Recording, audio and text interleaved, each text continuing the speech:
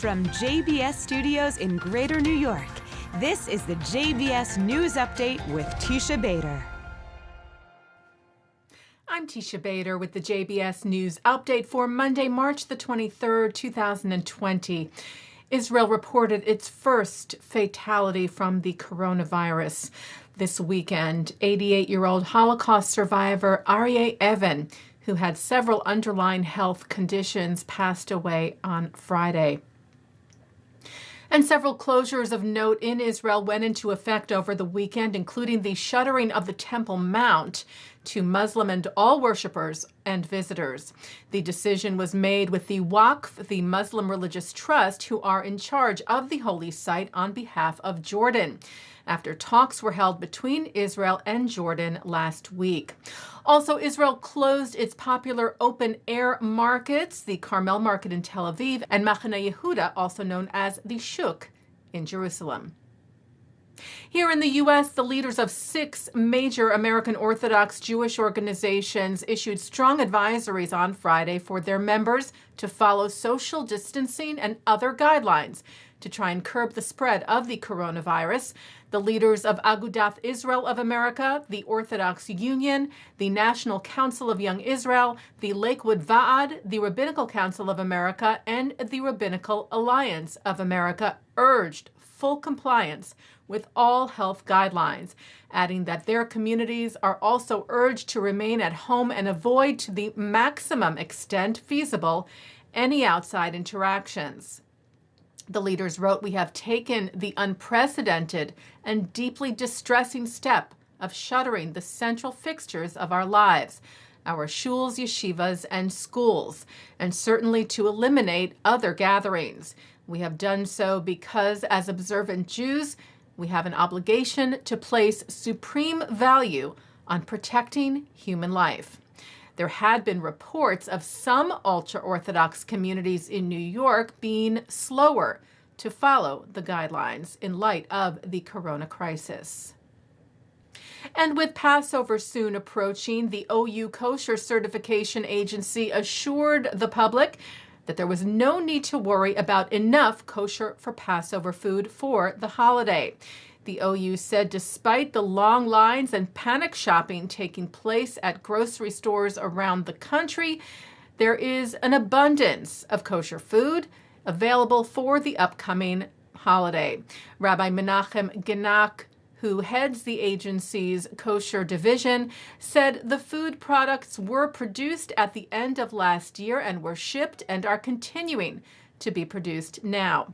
Genak said, "We have been assured by our clients, including Manischewitz, Empire, Kedem, and others, that there is plenty available and that there is no issue with food production for Passover."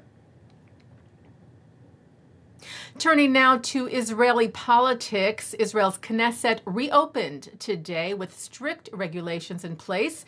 In light of the coronavirus, Israeli lawmakers entered the parliament in groups of 6 at a time for a series of votes today.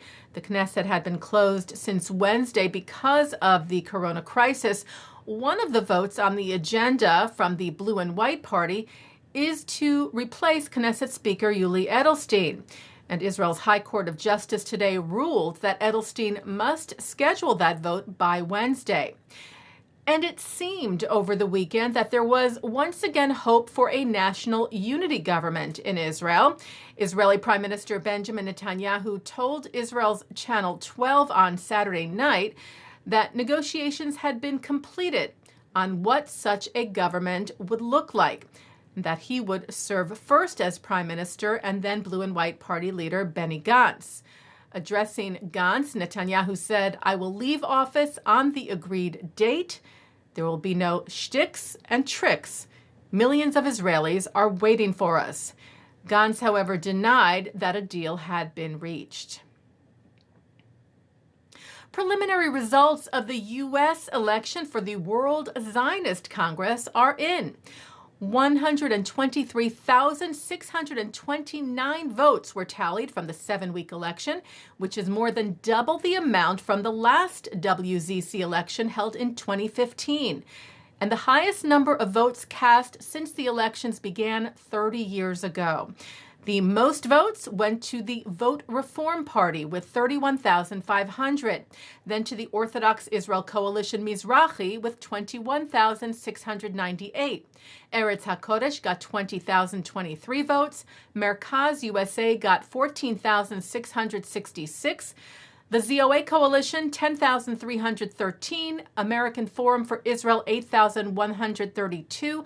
Hatikva, 7,932. Shas Olami with 2,046. Kol Yisrael with 1,752. Dorshei Torah V'Tzion, 1,373. Cherut Zionist with 1,157, Vision with 1,036, Americans for Israel 857, Israel Shelanu 769, and Ohavei Tzion with 375. Now, once all the votes are certified, the number of delegates per slate will be determined. There are 152 American seats for the Congress, which will take place in Jerusalem this October.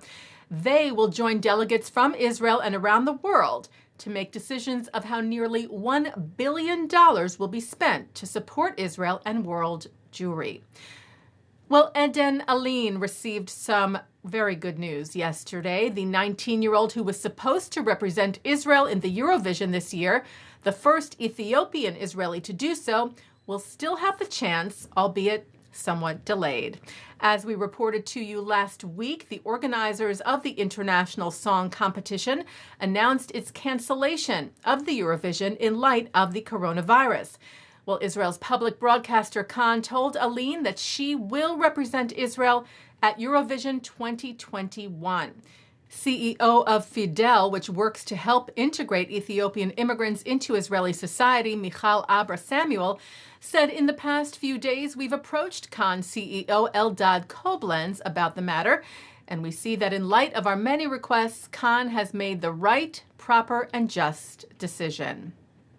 Taking a look now at our programming for tonight on JBS from Monday, March the 23rd at 7 o'clock. It's The Wisdom of Dr. Ruth. At 7:30, a look at Jewish blogging and social media.